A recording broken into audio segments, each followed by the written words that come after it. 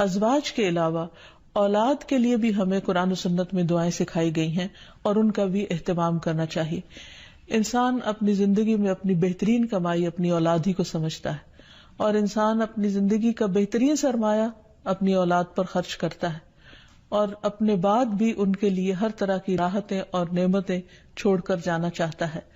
لیکن اگر اولاد نیک ہو تو وہ والدین کے لیے صدقہ جاریہ بھی بنتی ہے اور والدین کے خون پسینے کی کمائی کو ان کی زندگی میں اور ان کی زندگی کے بعد بہترین جگہوں پر استعمال کرتی. لیکن اگر اولاد بگڑی ہوئی ہو تو زندگی میں بھی انسان کے لیے اذیت اور عذاب ہے اور بعد میں بھی اس کے مال کو ضائع کرنے والی ہوتی ہے اور اس کے لیے بدنامی کا سبب بنتی ہے. اس لیے خصوصی طور پر اولاد کے لیے دعائیں کرتے رہنا چاہیے. نبی صلی اللہ علیہ وسلم نے فرمایا 3 قسم کے لوگوں کی دعائیں قبول ہوتی ہیں اور ان کی قبولیت میں کوئی شک و شبہ نہیں. مظلوم کی دعا، مسافر کی دعا اور والد کی دعا اپنی اولاد کے لیے. یعنی جب باپ اپنے بچوں کے لیے دعا کرتا ہے تو وہ دعا بھی قبول ہوتی ہے. اسی طرح نبی صلی اللہ علیہ وسلم نے اس بات سے بھی منع کیا کہ کوئی اپنی اولاد کے خلاف دعا کرے یا اس کو بد دعا دے، کیونکہ وہ بھی قبول ہو جاتی ہے اور پھر انسان کے لیے پریشانی کا باعث بنتی ہے. اس سلسلے میں نبی صلی اللہ علیہ وسلم نے فرمایا اپنی اولاد کو بد دعا نہ دو، ایسا نہ ہو کہ وہ اللہ کی طرف سے قبولیت کی گھڑی ہو اور وہ تمہارے لیے قبول کر لے. اور اگر انسان کی ایسی دعا قبول ہو جائے تو پھر انسان کے لیے سخت پریشانی کا باعث ہو سکتی ہے یہ بات. پھر اسی طرح یہ ہے کہ اگر کسی کی اولاد نہ ہو تو اس کے لیے بھی دعا سکھائی گئی ہے اور وہ دعا ابراہیم علیہ السلام کی دعا ہے جس میں وہ کہتے ہیں رب ہب لی من الصالحین، اے میرے رب مجھے نیک اولاد عطا فرما، صالح لوگوں میں سے عطا فرما. فبشرناہ بغلام حلیم، تو ہم نے اسے ایک بردبار بیٹے کی بشارت دی. یعنی اللہ سبحانہ وتعالیٰ نے ان کی دعا سن لی اور یہ دعا بہت عرصے کے بعد سنی گئی تھی لیکن بہرحال سن لی گئی.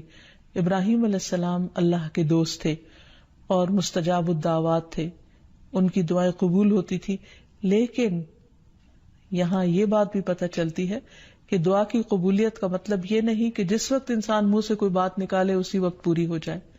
اس کی پورے ہونے میں بعض اوقات کئی سال گزر سکتے ہیں، جیسے ہم دیکھتے ہیں یوسف علیہ السلام کے واقعے میں، ابراہیم علیہ السلام اور دیگر پیغمبروں کے سلسلے میں. اور پھر ہم اس بارے میں یہ بھی دیکھتے ہیں کہ جس طرح ابراہیم علیہ السلام کی دعائیں قبول ہوئی تو انہوں نے اپنے رب کا اس پر شکر بھی ادا کیا اور فرمایا الحمدللہ الذی وہب لی علی الکبر اسماعیل و اسحاق ان ربی لسمیع الدعاء، کہ اللہ کا شکر ہے جس نے مجھے بڑھاپے میں اسماعیل اور اسحاق جیسی اولاد دی، بلا شبہ میرا پروردگار دعائیں سننے والا ہے. اور حقیقت یہ ہے کہ اللہ تعالیٰ پیغمبروں کی بھی سنتا ہے اور پیغمبروں کے علاوہ باقی لوگوں کی بھی دعائیں سنتا ہے. اس لیے اولاد کی طرف سے کبھی بھی مایوس نہیں ہونا چاہیے، نہ ہونے کی شکل میں بھی اور ہونے کے بعد ان کی نیکی اور خیر اور بھلائی کے سلسلے میں بھی. اور اس میں ہم دیکھتے ہیں کہ زکریا علیہ السلام کی بھی اولاد نہیں تھی تو وہ بھی بڑھاپے تک مایوس نہیں ہوئے اور دعا مانگتے رہے. اور اس سلسلے میں آتا ہے کہ وہ جب دعا مانگتے تو کہتے رب ہب لی من لدنک ذریۃ طیبہ انک سمیع الدعاء، کہ اے میرے پروردگار تو مجھے اپنے پاس سے نیک اور پاکیزہ سیرت اولاد عطا فرما، تو ہی دعا کا سننے والا ہے.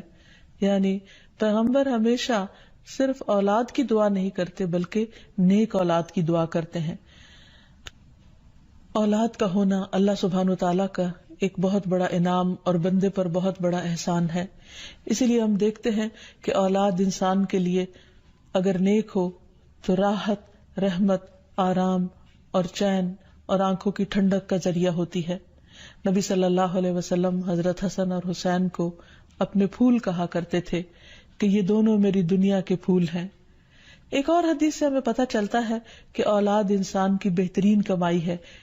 فرمایا ان اولادکم من اطیب کسبکم، تمہاری اولاد تمہاری سب سے بہترین کمائی ہے، بس اپنی اولاد کی کمائی میں سے کھاؤ، یعنی وہ انسان کے لیے حلال ہے، جائز ہے. پھر اسی طرح بیٹیاں جو ہیں ان کی تعلیم و تربیت اور ان کی پرورش بھی ایک بہت خیر و بھلائی اور جنت کمانے کا ذریعہ ہے. لیکن اس کے ساتھ ساتھ یہ بھی یاد رکھنا چاہیے کہ اولاد ایک رسپانسبلٹی بھی ہے، ان کے بارے میں سوال بھی کیا جائے گا کہ ان کی تربیت کس طرح کی. پھر خصوصی طور پر اسے ماں کی ذمہ داری قرار دیا گیا. اگرچہ ماں اور باپ دونوں ذمہ دار ہیں، لیکن عورت سے اس کے گھر والوں یعنی اس کے بچوں کے بارے میں اس سے سوال ہوگا کہ اس نے ان کی تربیت کیسے کی. تو اس لیے ہم سب پر لازم ہے کہ ہم اپنے بچوں کی دینی اور دنیاوی دونوں طرح سے بہترین تربیت کرنے کی کوشش کریں. تو آخر میں ہم دیکھتے ہیں کہ جو دعائیں ہمیں خاص طور پر اولاد کے لیے مانگنی چاہیے وہ ان کی نیکی، تقوی اور اصلاح کی ہیں، پیدائش سے پہلے بھی اور بعد میں بھی. پیدائش سے پہلے رب ہب لی من الصالحین، کہ اے رب مجھے صالح اولاد عطا کر. رب ہب لی من لدنک ذریۃ طیبہ انک سمیع الدعاء، اے میرے پروردگار مجھے اپنی طرف سے نیک اور پاکیزہ اولاد عطا فرما، بے شک تو ہی دعا کا سننے والا ہے. پھر اسی طرح اولاد کو شیطان سے محفوظ رکھنے کی دعا بھی کرنی چاہیے، جس طرح حضرت مریم کی والدہ نے ان کی پیدائش سے پہلے دعا کی.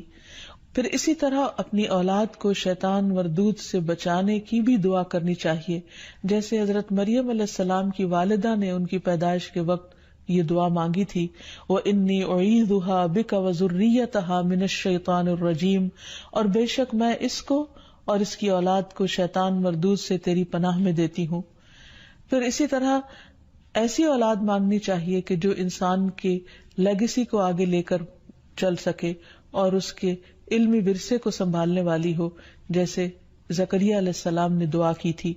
پھر اسی طرح اولاد کے اللہ تعالیٰ کے راستے میں قبول ہونے کی بھی دعا کرنی چاہیے، جیسے حضرت مریم کی والدہ نے ان کے لیے دعا کی تھی کہ ربی انی نذرت لک ما فی بطنی محررا فتقبل منی، کہ اے میرے رب بے شک میں نے تیرے لیے اس کی نظر مانی ہے جو میرے پیٹ میں ہے کہ میں آزاد چھوڑ دوں گی، سو مجھ سے قبول فرما، بے شک تو سب کچھ سننے سب کچھ جاننے والا ہے.